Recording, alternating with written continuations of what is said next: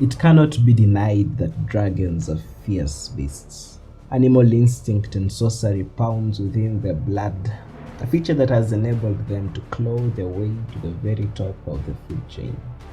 This ferocity is admirable, especially when turned against one's enemies. But one does wonder, what happens when two such beasts are arrayed against each other? The answer is simple enough, isn't it? Fire and blood. House Targaryen prides itself on its heritage. They carry within their veins the blood of old Valyria, the blood of the dragon. It is that blood that distinguishes them from other men and grants them their silver hair and purple eyes, that lulls them with prophecy and sings to them of madness and sorcery. And so they call themselves dragons, and they honor those words. Fire and blood. Apparently, they are distant relations to those beasts they ride. One does wonder whether this special blood might not contain a certain fatal flaw: arrogance. Records tell us of Valyria's pride, how they honored no true gods, and even some consider themselves divine. How Valyria marched out of its freehold and conquered the world, enslaving thousands, killing cultures and peoples. The same can be observed in our Targaryens. Their blood runs hot, they say. The realm honors them as though they were more than mere men. It's how the faith explains away their incest, you see. The truth is, this quality can take a man far. But if two such gods, people with a great deal of arrogance, are set against each other, well then, nothing mortal can be expected to remain. That's why the Targaryen kings have always been very careful about who had access to their eggs. When 3 eggs were stolen from Dragonstone during the reign of King Viserys, the realm extended itself trying to recover them. An enemy dragonlord would have been a disaster. Everyone knew that.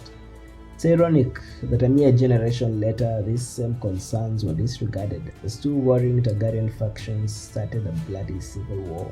The singers call it the Dance of the Dragons, a name to stir fancies in the heads of foolish boys, one that romantics can stomach. The maesters deem themselves to have fairer heads, and they call it the Dying of the Dragons. Apt, don't you think, seeing as that was the beginning of the end for those gigantic beasts of flame and fire. It began during the reign of King Viserys Targaryen. He named his daughter as his heir apparent, disregarding the precedents set by his own ascension to the Iron Throne. Perhaps it was admirable for him to have such faith in the abilities of his daughter, but it was also negligent. The matter should have been revisited once the king's new wife gave him a son, but to Viserys the succession was long settled. However, it does not behoove us to pass blame on King Viserys. That same hot blood flowed within Rhaenyra and Aegon the Elder, that same arrogance and entitlement that had them thinking that the world owed them something. They were the exception. When King Viserys died, the lords of the land split their allegiance between the blacks and the greens, and for years the realm bled and burned. Children were murdered, mothers raped, farmers were killed, and dragons died.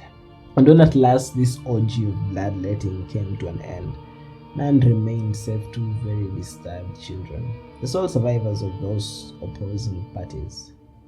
When 2 dragons fight in the skies, it should surprise no one when both beasts and their riders burn to a crisp. It's a spectacular death, yes, something for the singers to sing about, yet it's no less final for its storied nature.